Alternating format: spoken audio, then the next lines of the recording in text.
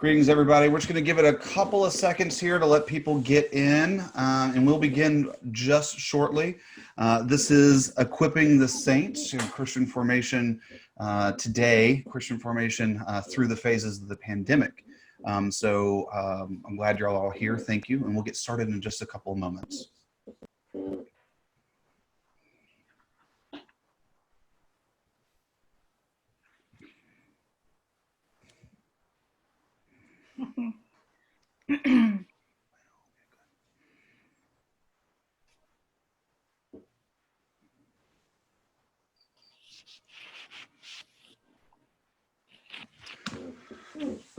All right, y'all, as in everything we do, let's start with prayer. The Lord be with you. Yes, with you. Creator God, you made the world and called everything in it good. Give us eyes to see the goodness that is in the world. Give us strength to stand or kneel when appropriate. And give us wisdom to know when it is time to fight for what is right. Help us believe in your will and follow in your will in all that we do. In your name, amen. Amen. Welcome, everybody, to the Equipping the Saints. This is a wonderful opportunity to talk about Christian formation in a modern context. What does Christian formation look like in the 21st century, specifically given the global pandemic and the next few phases of what that might look like? I want to say from the outset that we are going to also be addressing not just the Christian formation and the pandemic of COVID, but also within the pandemic of racism. And we're going to save some time at the end to talk about that.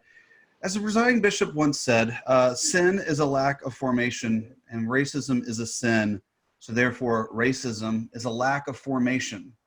And so I heard the presiding bishop first say this in Indianapolis, Indiana at a Missional Voices gathering, and I know that he said it in other places. So using that as our lens, we will get to that later in the broadcast.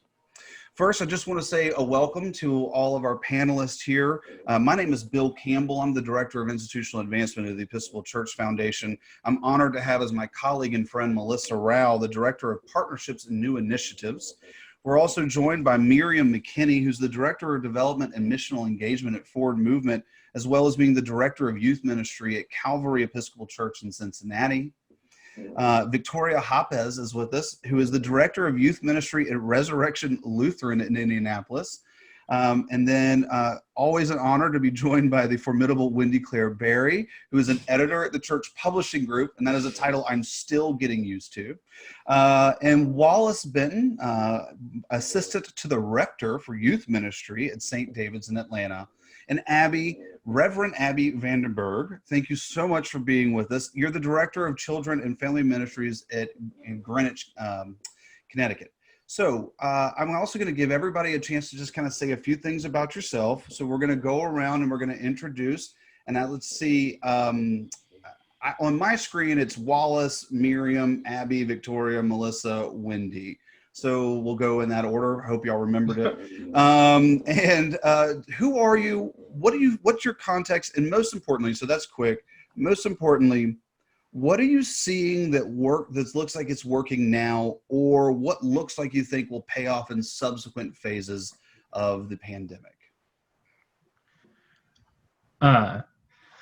Good afternoon, everybody. My name is Wallace Benton, and I was really hoping that I was going to go fourth, because then whatever I could say would just be like an agreement of everybody else. But I'm Wallace Benton, and I am the assistant to the rector for youth ministry at St. David's Episcopal Church. And so my main focus is youth ministry, but obviously, as we all know, you can be a layperson who works on a church staff, which means that you just get to do almost everything in some capacity. So whether that's helping out with VBS or helping prepare people for our common purpose meetings, I just like to do it all. And so in my mind, I think what I'm seeing that's working, at least at our church, is some concept of regular worship services on Sundays. For a lot of reasons, I think that's a stability that I know that my community has been really enjoying. But when I look at youth ministry, a lot of it is trying to maintain a sense of genuine connection. So whether that's doing a somewhat regular EYC and saying like, okay, we're just going to check in. Like we're not going to do like an hour-long lesson. We're just going to say, how are things going? How's life treating you? Then finding ways to have that genuine connection, which is hard to do sometimes via online services. Okay. The thing about being second is you kind of remember the first couple of things you're going to say, but then like you forget the rest. So Bill's going to have to help me out when it comes to that whole question part. But I'm Miriam. I live in Cincinnati, Ohio. I am a wife and a mom of 3 daughters, ranging in age from 16 to 24, 25 in a couple days. So as a person who pretty much follows the child, I'm a Montessori student, teacher, parent.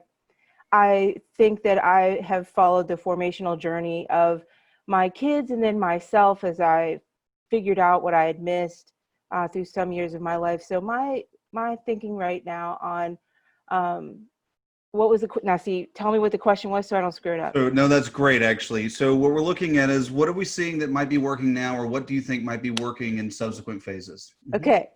So I think what is working now is when, like Wallace said, when people focus on the fundamentals. I think consistency is important, and I think focusing on the things that we can celebrate and do despite being physically distant by staying socially connected and figuring out ways to do that are effective. One way I've tried to do it is continuing to meet. I was in Spain right before all of this popped off, and so we were quarantined out the gate. So I've been having Zoom meetings with my youth group since March 15th. So that community has stayed strong. I see higher attendance than ever because I think what they appreciate is this is what we would have done anyway. We would have been at church in the youth room at 10:30. So I think things like that we can continue to do, even though people get tired of Zoom. I think it is important to have the visual and audio connection with people, as well as figuring out how to leverage that into the summer and into the fall of how to take the best of those experiences and continue to engage with people so that we can stay safe. Great. Abby. Hi, everyone. I'm Abby Vanderbrug. I'm the Director of Children and Family Formation at Christ Church in Greenwich. I've been there since September, so I had 6 beautiful months before global pandemic hit. And so that's been really interesting. And I'll be ordained a priest in 6 days here, so I'm waiting for that to happen. Being ordained in the midst of this is a beautiful, interesting, lovely thing. It is all the things. There's grief and there is joy, and we can hold all of them together. So that's a little bit about who I am and what I see that's been working. My word for this has been vulnerability, and that has just been my mantra since this whole thing started. And we've done a couple things online. One of them being Children's Chapel, which makes me feel incredibly vulnerable in my living room with my dog, with like homemade altar in front of me, with my stuff collected through my house and me broadcasting it out to everyone. But it's actually just been really lovely because I get pictures every Sunday of here's my homemade altar at my house and here's my dog with me, and it's been a really it's been beautiful. But it took me a lot of vulnerability to come to a place where I could do something different, something that we've never done before, and say we're going to try something. We're going to try something new. And the other thing that's been really sustaining me and also carrying forth some new programs that have had some life, I think, is the question, what does a Christian person look like today? And I think for a lot of us, we can't rely on a Christian person goes to church on Sundays right now. So if you can't go to church on Sunday, what does that mean about your Monday through Saturday? About what makes you a Christian? Tell me about it. What do you do? What do you pray? What is it? What is that? So those have been my 2 things carrying forward in this time. Thank you. Victoria. Yeah, so I'm Victoria Hoppus. I'm the Director of Youth and Children's Ministries at Resurrection Lutheran Church, which is an ELCA congregation located in Indianapolis, Indiana. I've been in my job since January. So I was here, yeah.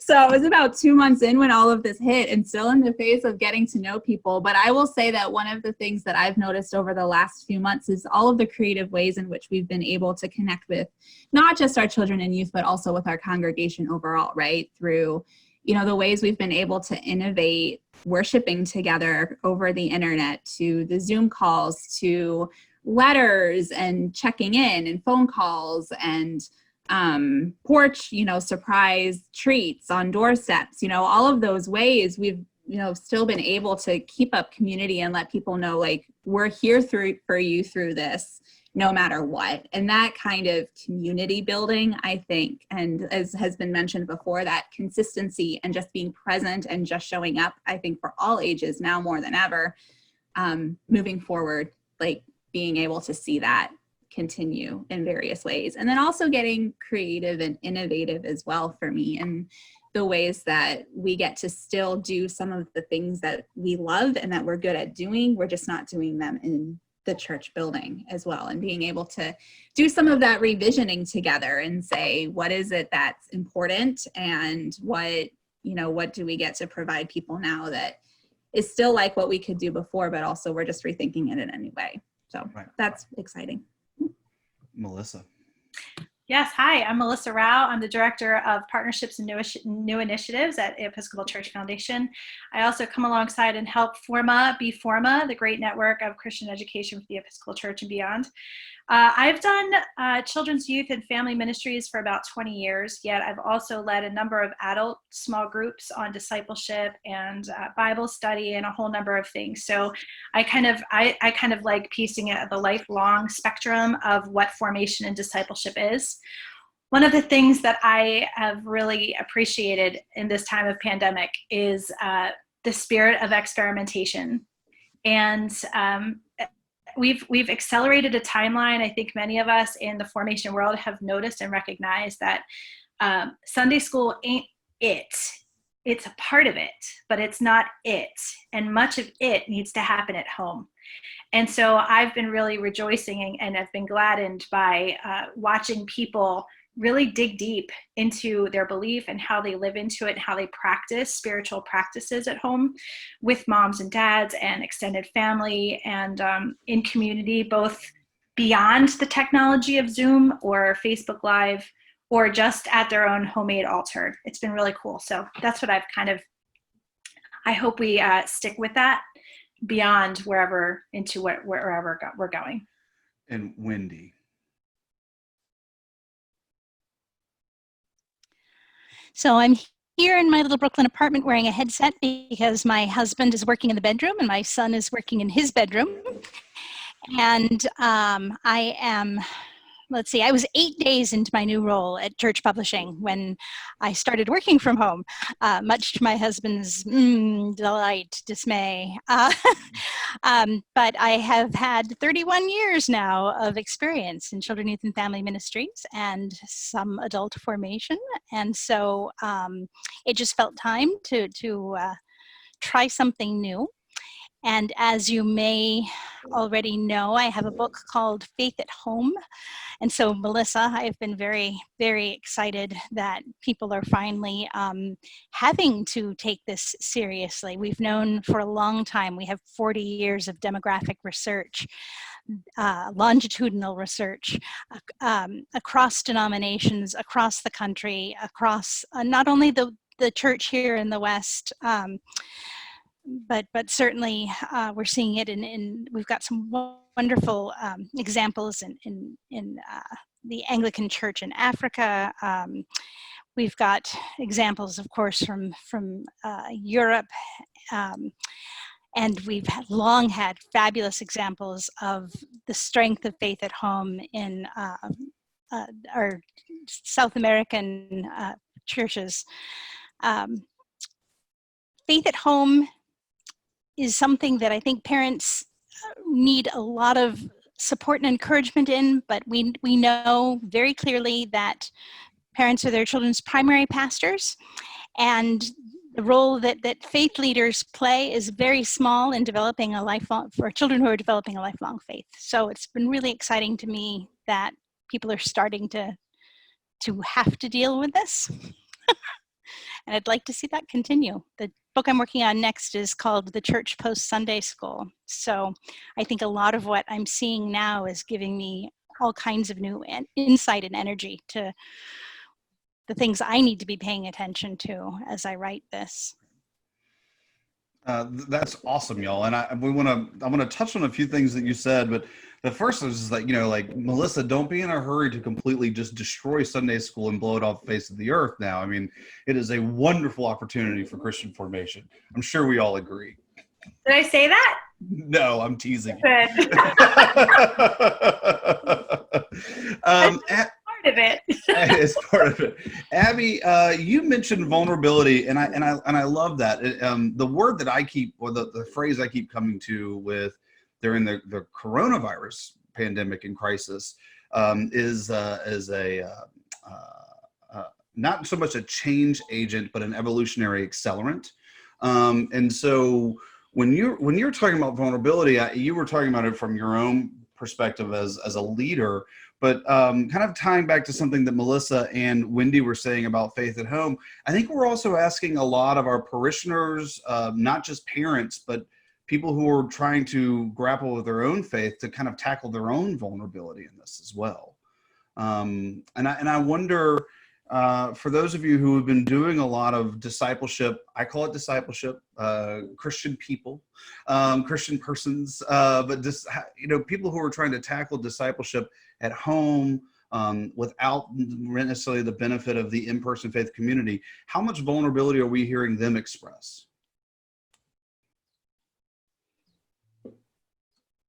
Abby, this one was directed at you, sorry. Go on, girl. Can you clarify how much vulnerability can we expect to express? No, I'm asking, like, you were talking about your own vulnerability, but I'm imagining that we're hearing from our parishioners that they're expressing some vulnerability in this as well. And maybe anxiety is the word that's better than vulnerability, but yes. Yes, there are a lot of uneasy feelings out there. There's a lot of uncertainty. There's a lot of shakeup, and that makes sense because our world is upside down. And as Christians, and I really believe as faith leaders, it's up to us to say, it's upside down, it's okay, and I'm in it with you. I think that's what's key about being vulnerability. It's not that I'm scared and no one else is scared. The power of vulnerability says, I don't know what this means for me and my family. I'm not exactly quite sure where God is leading us right now. My faith is, how could God let something like this happen? How it's a tiny little virus, and yet it just blew up our whole world. And I think being a faith leader says, I'm in that feeling with you, and I'm going to hold on and ask these questions with you. And I think that's part of faith formation. Faith formation is not saying, I have all the answers and I'm going to give you all of these answers, so you should come to Sunday school every Sunday because there will be a test, right? That's not the point of Sunday school. The point of faith formation is to wonder together about this God and what God is up to in our world. And I'm interested in that conversation, and that's why I'm interested in this work. And I think that's what families, and that's what young kids, and that's what youth are looking for. Right. So it's interesting. You said something along the lines of something that Wallace, Miriam, and Victoria, y'all touched on, which was consistency and being there with and for. And so, what are some of the ways in which y'all, obviously you've had to do some of it virtually, but what are the ways in which y'all are expressing, not just to your youth but to the adults in your parish through your formation practices, that y'all are there with them in the trenches and that you're being consistent in your care and discipleship practices? Any one of y'all jump in, please, by all means. I was thinking about, I know at our church, this is kind of the first time that we've tried. So I think it's partially creativity and trying new things. So this is the first time that I've been at St. David's that we have said it is important to do formation in whatever capacity. So whether that's having a music Mondays where it's just our organist playing music for people, or having some type of dinner and learn. I say dinner and learn because it comes out in the evenings. So dinner instead of a lunch and learn. Dine in learning. There we go. That's what I'm going to call it. Having something like that every night. And this is the first time that we've done that. I know that there was this point in the 50s where every single church was open every single day of the week and had communion also like during the midweek or midday and all of that stuff. We're not there anymore. And so it's been really interesting to see St. David's almost revert back to that philosophy of like, hey, like we can still foster creativity, conversation, spiritual practices during the week when we couldn't do that before. And there's a question below that says, do we do these things on Facebook Live, Zoom, website? So we've been doing those things via Facebook Live, but then we also have a YouTube that we've been posting things on there and saying like, hey, you might not be able to join us when we are doing this. That's cool. Don't worry about it. Don't stress. But just hop on or check it out on our YouTube, check it out on our website. Even if it means that we need to have like a PDF for you to read later on, then read it. But do it in your time. Because there's no rush right now. You're not going anywhere. So right. So much of what we're struggling with, and Catherine, we'll get back to your question in just a moment, but so much of what we're struggling with is discipleship now that the church isn't the centralized structure, but I kind of refer to this discipleship without the temple. And so, one of y'all mentioned that now we're having to deal with the issues that we knew we would deal with eventually, which is doing church without the building and discipleship outside of the building. And so I think I've heard a little bit about the creativity and the vulnerability and the consistency. But what are some other ways that you're finding your congregations? Are you seeing your congregations form natural small groups? Are people engaging on this together? And anyone please jump in.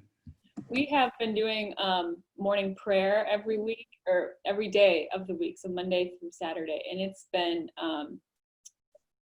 been great. You come on and it's from 8 to 8:30 and you pray for our parish, for the world, for each other, for your dog, and it's beautiful. And it's something that it's so accessible because it's online and people feel like they can come, they can say their prayers, they can get on at 8:15 if they're late, and that's something that would not as easily translate into the building, but it's more accessible in this time. I've seen something, there's a number of folks or churches who have always dealt with critical mass issues. These are the smaller churches, and they're partnering with other churches in new and imaginative ways using Zoom, but it's kind of doing Sunday school, youth group, a number of different gatherings.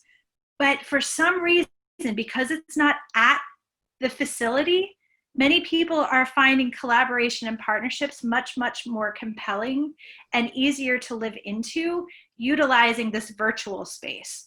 And so it's been interesting to see churches leveraging the virtual stuff so that there's an automatic critical mass, which is often very, very compelling, not just for children and youth, but even parents. There's been some virtual parent groups across churches where 4 or 5, a cluster of churches are gathering. It's been really neat. I have a confession to make. I've been going to dinner church with my husband, which is where we met at St. Lydia's in Brooklyn, but I've been going to it online, and I like it better online. I know this is a shameful thing, but there's less pressure, and I'm not there quite as long as I would be ordinarily. I mean, it does last for a good solid hour and a half, so it's not a super short commitment anyway. But I love seeing people, and not just the people at my table, and I love that we are in our own homes and that I'm seeing a piece of them that I hadn't seen before. And I love that we get to expand our table to include people who've moved away, because St. Lydia's has been like that since its inception. It's been really, really wonderful. And so, we're talking about will that have to go away? Could there be a once a month always Zoom dinner church so that people, no matter where they are, can participate? We have a very functional question about dinner church, which is, how does dinner church work? And well, that'll be our webinar for the day. No, and I I can make appreciate it really everyone quick. for coming. The entire Eucharist is in the context of a meal, and I'm happy to share more about it. You can find out everything at stlydias.org, including you can download a script. But also, I imagine we'll all give our email addresses. I'm happy to have an offline conversation about that. So y'all are touching on something that we were going to get to later, but let's get to it now because we're already talking about it, which is to say that a lot of what we're seeing in terms of demographic trends and data is that we've actually got better attendance now than we ever have. Now, there's some caveats to that. We don't know if people are staying on for 5 minutes and then leaving. However, the caveat that my response to that is like, do you think people are paying attention for more than 5 minutes when they're sitting in that pew on Sunday morning? Maybe. I don't know. I don't know. Guarantees. Yeah, no guarantees. So how much of this is going to stick around, right? I mean, there will be a time. It will happen. It's probably not going to be in September. It probably won't be next spring, but there will be a time when we will be back in our pews, when we will be back together for lots of our churches, not all of our churches, but for lots of our churches. And so what practices do we think are going to continue beyond this? I'd actually like to pitch this to Miriam because Yeah, I was going to say, one thing that I've learned in this time is, well, first I want to piggyback off of what Wendy said. You know what? I'm just going to come right out and say this. I got zero shame in my game admitting that I like doing most things from my living room. I think there's a lot of people who feel like that. And I think there's a lot more people who are finding their way to church, some church, maybe our church, maybe your church. It almost doesn't matter. And I find myself much more willing to invite people to church when I'm inviting them to a virtual church where they don't have to go through all the awkward stuff that people go through when they come to church for the first time in many years or ever. So I am happy as a clam to be on Zoom and to do my youth group. I am seeing much higher attendance in my youth group, and I can verify that they do stay through the whole thing. And it's mainly because they don't have the competition of other activities. So one thing I learned is that I can't sell my youth short. They want to meet, they want to have that community, they want to read scripture and talk about it, and they want to pray. And that's something that we do without fail, whether we do a piece from a prayer book or we talk about scripture. Like, those things change, and we do way of love stuff most of the time. So that stuff is kind of the variable. The prayer is the non-negotiable. And sometimes our prayer lasts up to 10, 15 minutes. We meet for an hour each week. And sometimes kids will go to church with their parents. What I see staying is Zoom or some format of bringing people in who can't be at church for whatever reason. Or even if you only can come for 10 minutes because you've got ballet at 11 o'clock and you've got to go drive to that. Like, I'm cool with knowing that they have, and offering them a place that they can come if they've just gone to college or not. And I've got 4 seniors this year, 3 of whom are active youth group members. And so I want them to feel as though they can continue to come. Another thing I hope will stay is the way that my youth have been involved with the adults in the congregation in ways that they had never been before. We now do virtual coffee hour, and then we split off randomly into meeting rooms and then come back together. That takes about 15 minutes. This is right after church. So someone in my family will say, you know, church just ended. And so we'll go over there, and we've done it a couple times, and, you know, the kids find themselves talking to adults they'd never talked to. If we just had our regular coffee hour, they'd go get their coffee hour and come back to the youth room and sit in there and continue to hang out. So doing some things like that. And last week, my youth did all of the readings. They read in foreign languages. 2 of my daughters sang a piece by Sandra Montez, Remain in Me. And the congregation can see the kids not just being acolytes, but practicing and showing how they do their spiritual practices and participating in ways that they wouldn't necessarily do if we were meeting. So I'm not hating on meeting. I like going to church. I am hating on going to church right now, though, and I'm not doing it. So I'm happy to have a platform that I can rely on and that I know my kids are going to show up to. And I'm going to continue to keep that going after. So we've got several questions being repeated. All right, and this is the wonderful problem that we all face in classic formation. All right, so we've got several people that want to know, how are we reaching our youngest children? All right, and so I have a 4-year-old, and I get the daily faith at home thing. Thank you so much, Victoria. Thank you so much, Melissa. It's wonderful. It's really well done. And I'm exhausted. I'm at the end of my rope, and I'm not doing it. And then we have another set of questions how are we reaching adults who are not parents, who don't necessarily identify as grandparents? And so we want to, because we don't want to run out of time without addressing these questions. Let's start with the youngest. How are we seeing connection to the youngest? And then how are we going to reach out to the oldest? How are we seeing connection with the oldest? Tea parties. We have tea parties at Christ Church. I invite kids to tea. They're kind of in their own little tea party world. But I just check in with them. I say hi. If it's their birthday, I'll send their mom a video of me singing happy birthday to them on the phone.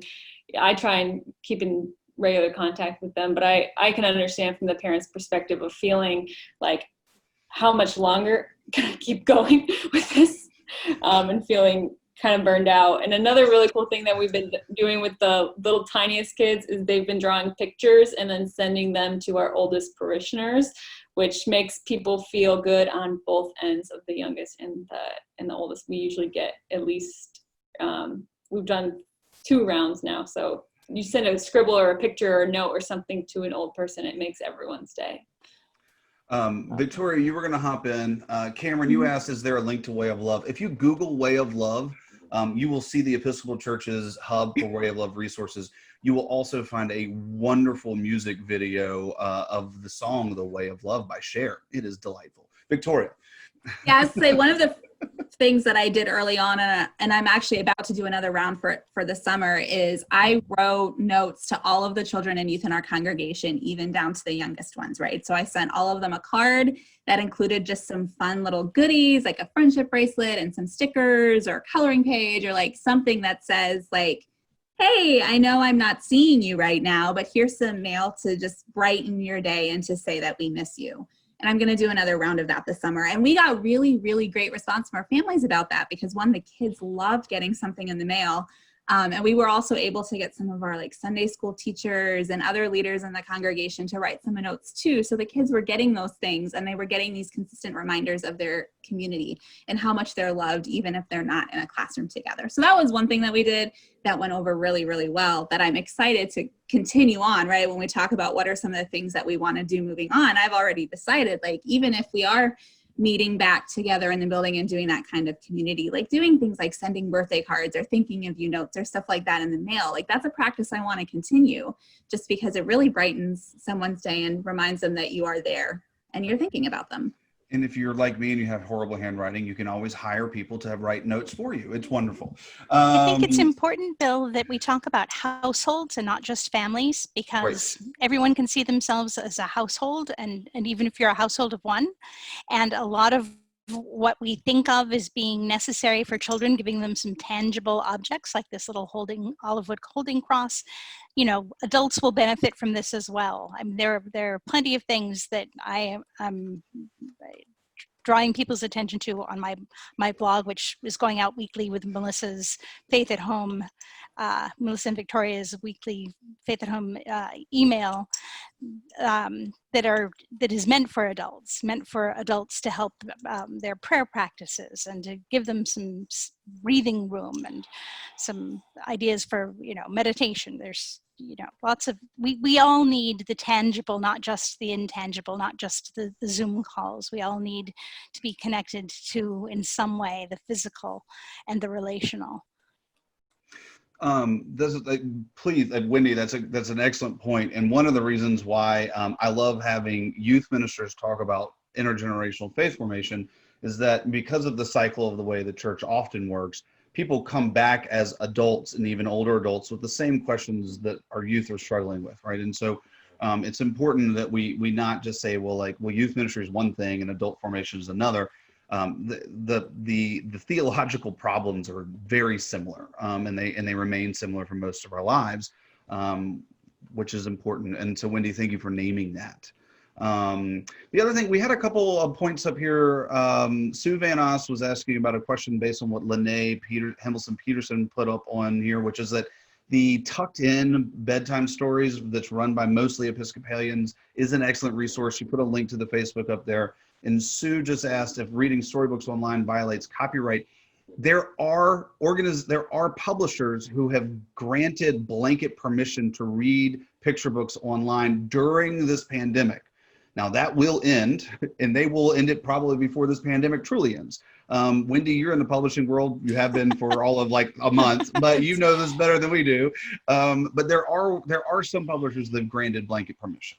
Right, and you can look that up online. They'll have them posted on their websites. We have it posted on our website too. The general rule is that you keep it a private link. You share it. If you're putting it up on YouTube, make it a non-searchable video. If you're doing Facebook Live, make sure you take the video down after no more than 3 weeks. Name the author, name the illustrator, name the publisher. And give everyone a link so that they can actually buy the book. So that's what benefits the author. I posted a link about that from School Library Journal, which they keep updating that particular article with the publishers who have granted those permissions and what the rules are, which Wendy pretty much covered the important ones. The key one being don't give them a reason to sue you by keeping it up and making it public beyond the 3 weeks. Thank you. I forget that you're a librarian. Oh, no. Another hat you wore. There's a classic youth ministry book called Better Safe Than Sued, and it tackled this one for a long time. So the other part of this question that we're getting a lot of in the chat was about older adults. Abby, I loved your example of pairing the two needs when our children love to be creative and think creatively and work creatively, and then our adults love to be the beneficiaries of that, our older adults. But what are some other ways that we're seeing our older adults be engaged in this time of pretty much all technology, right? Go ahead, Wallace. Well, I was just going to say from having a set of parents that are around 70 and then having in-laws who are around 70, I get to hear what they like about their churches frequently, because that's all they talk about is church and sports. It's weird. And you're so lucky. I know. Two things that I also share. But one of the things that they have said that they have really enjoyed with their church communities is that idea of knowing hey, for at least my in-laws, there's Compline every single night for my church. And I know and I believe that St. Catherine's had already been doing Facebook Live Compline years, for at least for the past year since one of our big snowstorms. Yes, I know, Abby, in Connecticut, you've probably seen snow the tire, whatever. But they've been doing Compline online since then. And for my parents, it's been that constant sense of I know that there is going to be some type of faith formation after church on Sunday. I know that there's going to be I know that I can go onto one of my priest's blogs and I can read that blog and there will be discussion questions that maybe I can have those discussion questions with my spouse. Or, for my dad, he'll just email me his discussion answers and then we will just talk. Then he'll expect me to respond to them. I don't. But I think that there's stuff like that we can do to engage people's brains. And I think if churches are willing to walk they're doing Compline approximately, I think, at 8, because Sally and I end up having to do it a couple of times a week. But one of the things that I think that we have to be consistent about is teaching people how to access the things that we have. So whether that's, if we're going to mail you things, well, you need to know that they're going to be mailed and when they're going to be mailed to you. The same thing goes for if they're going to be on Facebook Live. We need to teach you how to access that Facebook Live. Right. True. The other thing that's interesting about this is that people are starting to discover kind of these like classic online tools for discipleship and catechism. And so one of the questions that I have for all of y'all is like, how much are you utilizing things like the Way of Love, Church Next, other opportunities that we have online for this kind of online deepening of spirituality that isn't children or youth focused? Miriam, Church Next is a part of Forward Movement, so by all means, please let you take the first stab. Oh, sure. Well, Chris Yaw is, I don't know if you've ever heard him talk about his dream of any church and every church having their own online school. That is what prompted him to create Church Next. And so it was doing awesome for 5 solid years before they came and joined our ministry. So he is here still doing it, still creating new courses. They have live Bible studies that you can join from anywhere, and those are free. So some of the things, there is a subscription, but I mean, it's like $10 to try it out. Honestly, it's when you think about, like, here's what I've said. The amount of money Starbucks is not getting for me right now, I mean, I could finance a whole lot of things. So I find myself saying, oh, well, yeah, I didn't eat lunch at Starbucks. That's $10 right there sometimes for me. So I think it's definitely something. Thank you, Bill, for mentioning that, because it really is something that you should try. And you can, it's just yet another way that you can have high quality formation on hundreds of when I say hundreds, I'm telling you, hundreds of topics and over 400 courses. So from the presiding bishop to, I don't know, Fred the cockroach, you can hear from, not the cockroach really, but there's a variety of people from all walks of life. And that is one of the things that I love about it. And I do use it with my youth group. And it's very affordable and accessible. So Gloria Hopewell just mentioned that the annual subscriptions of Church Next are expensive for small churches when the usage would be fairly low. Yeah, what I would say to that is you could just get a one-off class. You don't have to have a subscription to participate in it. If you see something you really like, you can just try it. And then if cost really is prohibitive, guess what? You're talking to the development director, holler at me and let's work something out. Because we're really not trying to make this, prohibitive. Right. So, I'm not saying I could deal you down to, something crazy, but we are a ministry, and my job is to make sure people have resources. So. And Andrew McKellar just brought up the dioceses often have a group plan, and you may be able, if you just check their diocese. Another great, Forward Movement, right? They got a lot of great resources. Church Publishing has a lot of great resources. But another one of Forward Movement's ministry partners is Renewal Works, and they have a program called Renewal Works for Me that is completely free. That is a good way to take a snapshot of your discipleship moment. Who you are now in your discipleship journey. Melissa, you've got your hand up, but I want to give parity to our other publishing house real quick. So Wendy, what are some of the things that you're seeing for your older adults? Very quick, and I want Melissa to jump in here. Well, we've been offering actually a lot of free resources, which you can check out on our website, but I wanted actually to plug Church Next, because Trinity Church Wall Street, my former employer, has an arrangement with them and has made certain classes available online for free, which anyone can take advantage of. If you go to the Trinity Church website and look up online Christian formation, it will take you to their link, and Trinity's good for it. So thank you. Excellent use. All right, Melissa, you had your hand up. Forgive me. Yeah, I wanted to make a comment that there are a lot of people who they're being very gracious in adding a lot of resources on the chat. I think it's awesome. One of the things that I just want to plug is our Forma Facebook group. that if you're in need of ideas, or you want to crowdsource, or you need an idea for a resource for X, especially if you're in small church settings, check out our Forma Facebook group, because it is it's over 3,500 members who've just, they're a really, really great resource for the church. So I'd recommend either joining Forma and checking out the Facebook group. Yeah, that's kind of a magical place. You go and ask a question and you'll get way more answers than you ever thought you could ever possibly need or want. And they're great. It's really great. So we've covered a lot of ground. I do want to make sure we save more than just a token amount of time to discuss the current pandemic going on. But we do have a couple of more topics that I want to discuss, particularly Wallace and Victoria. I know that camp experience is close and dear to your heart.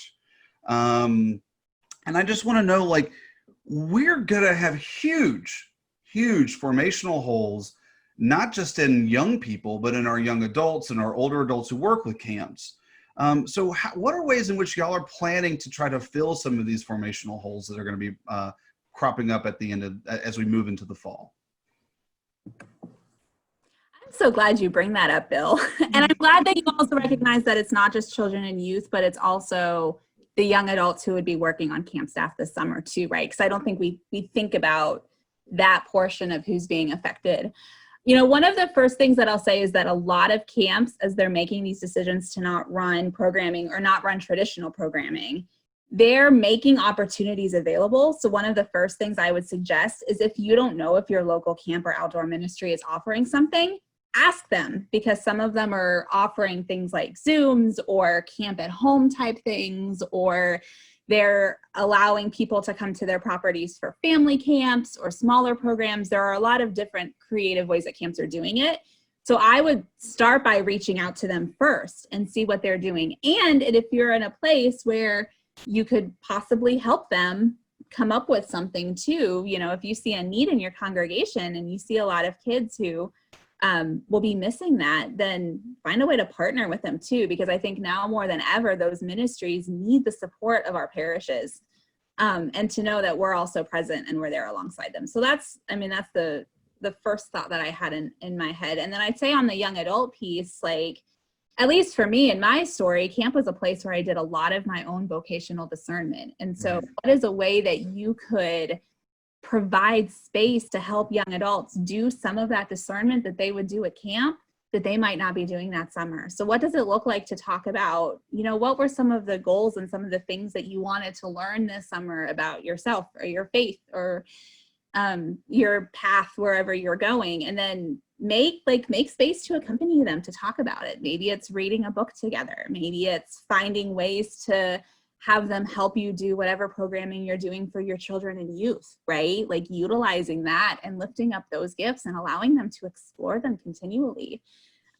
It's not the same as being at camp, right? I mean, that's part of what makes camp formation so special, but at least we can make space to engage in some of the practices that we see during the summer. That's wonderful. Wallace. I mean, I'm going to say that Victoria killed everything that I was thinking of, and beyond that.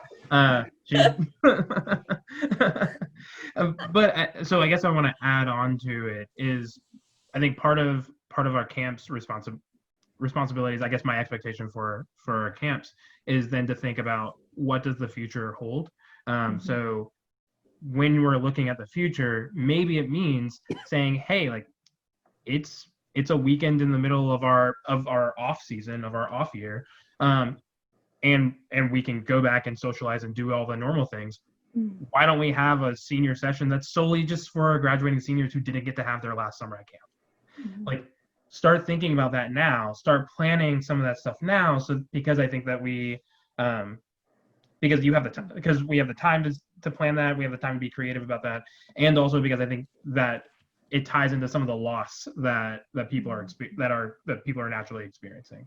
So that's the only thing that I was going to add. Victoria, everybody who listened to what Victoria said, that's good. Whatever I said was average at best. No, I think that's really helpful and good. And Miriam, what you said over there about offering spaces for discernment, I mean, it just kind of hit me here. This is the first time I've thought about it, so forgive me for offering a fresh thought. But that, you know, with some of our older adults who may be unattached to, maybe they don't identify as parents or grandparents or whatever, having them help create discernment panels for young adults, college age adults. That wouldn't be the worst idea in the world right now, because they're not going to meet in person anyway. So they can meet online, they can meet virtually, right? Opportunities for mentoring. Right. Like, That's the word I'm looking for. That's it.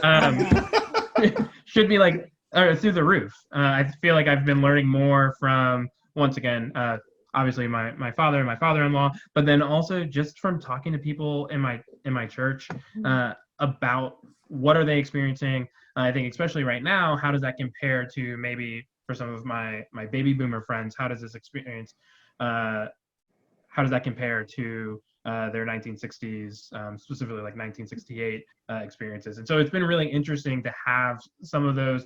My relationships have been changing because I'm not having to fight to talk to them on a Sunday morning. Yeah, we've got a question over here from Catherine about makeup mission trips and camps with kids that have already graduated. She said, do you think later on it would be okay to have them with the current high schoolers? Does that make sense? You do have some safeguarding issues that you have to be aware of. Everyone needs to be aware of the safeguarding God's children's issues. If you're unaware of what that is, please Google it. Maybe someone can throw a link up into the chat about that. That being said, I think it's Yale Divinity, or it might be Princeton, but one of those, or maybe both of those, has excellent resources about online mission opportunities, right? So doing online mission trips isn't the right word. I don't even know how you phrase it. Doing online mission. And so I was just looking at both the Yale and the Princeton websites last night, and I know if one or at least both of them have really, really great resources on that. And another one that's happening this summer too, that comes out of peer ministry leadership, if anybody's familiar with that, they offer a lot of really great resources for, in particular, high schoolers, and also can be used with young adults. They're working on some hybrid like Zoom formats that are also partnering with some service learning work as well. That'll be done, and they're doing those in June, July, and August. So you can go to their website.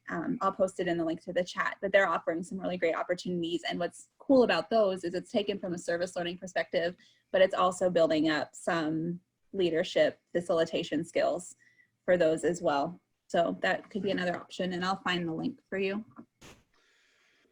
Okay, so we've mentioned a little bit about culture shift. We've talked a little bit about culture shift. And so there's a massive culture shift happening in our country right now.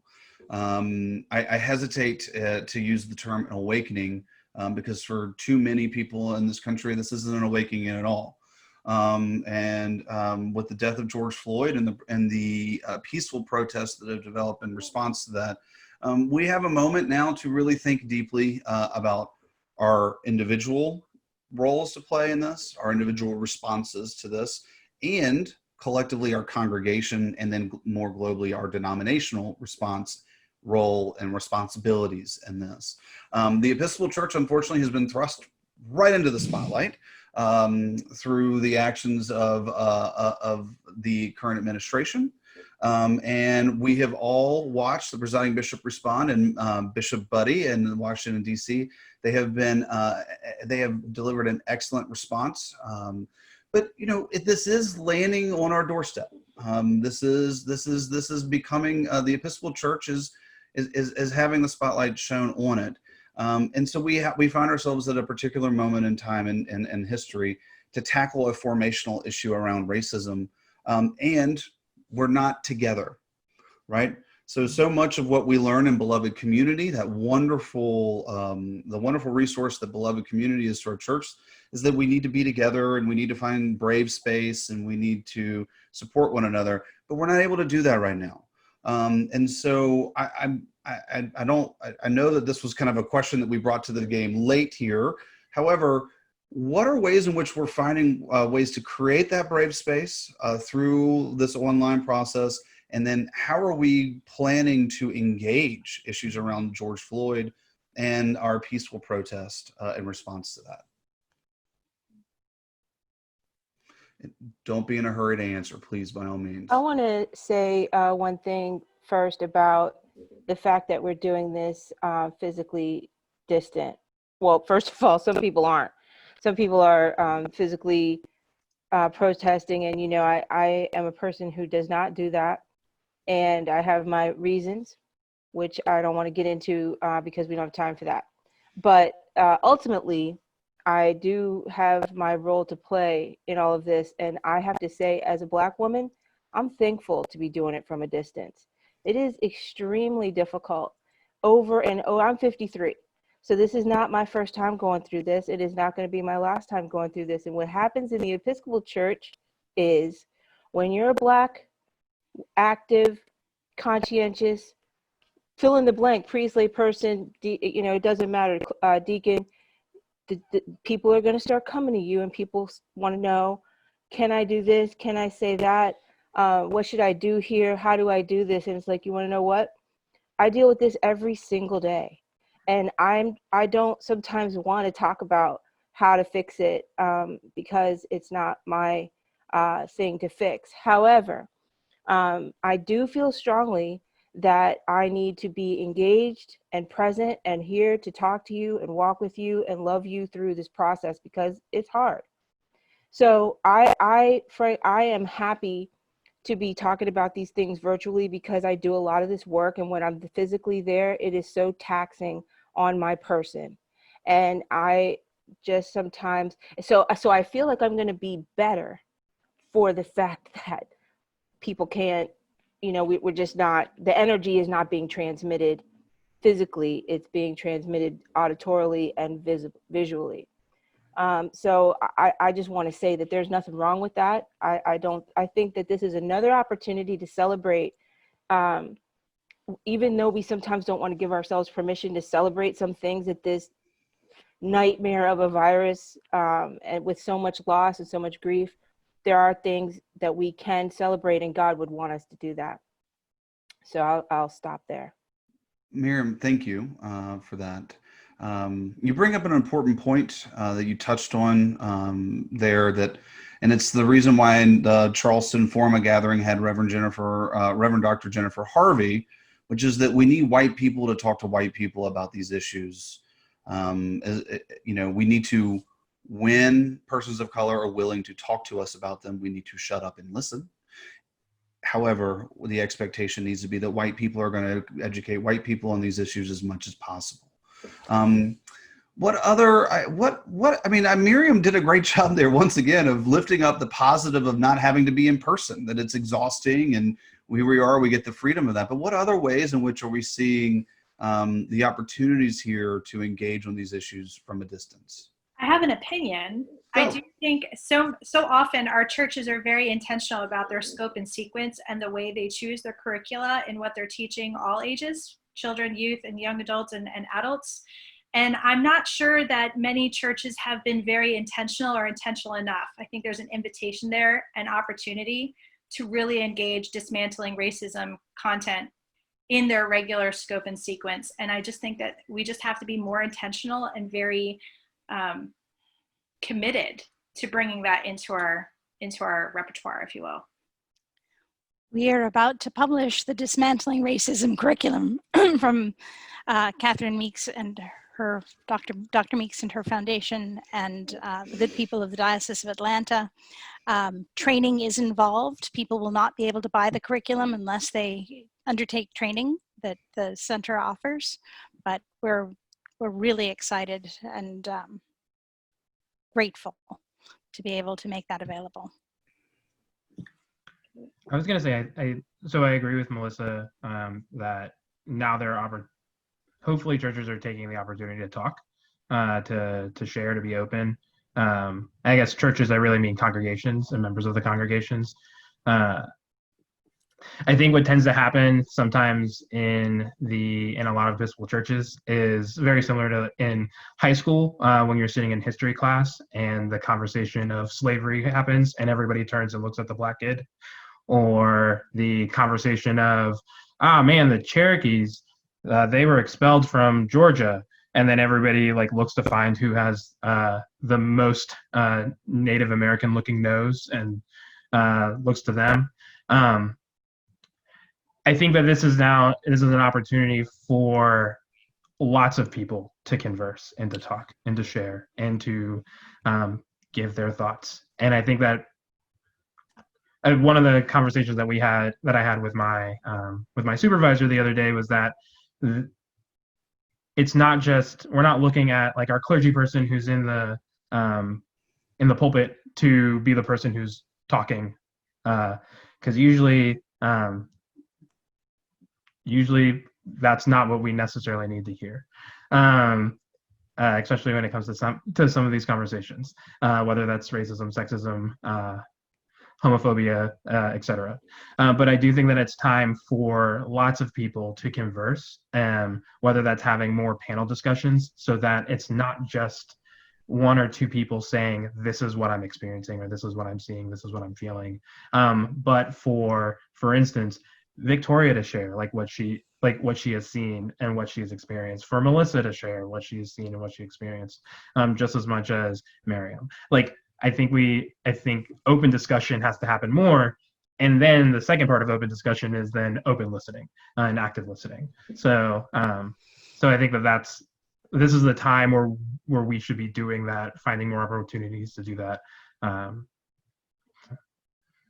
So we actually didn't save enough time for this, and we're at the end of our time.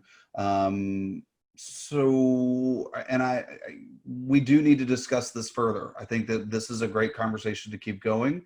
And so expect to hear from some organization affiliated with the Episcopal Church about how we continue the conversation soon.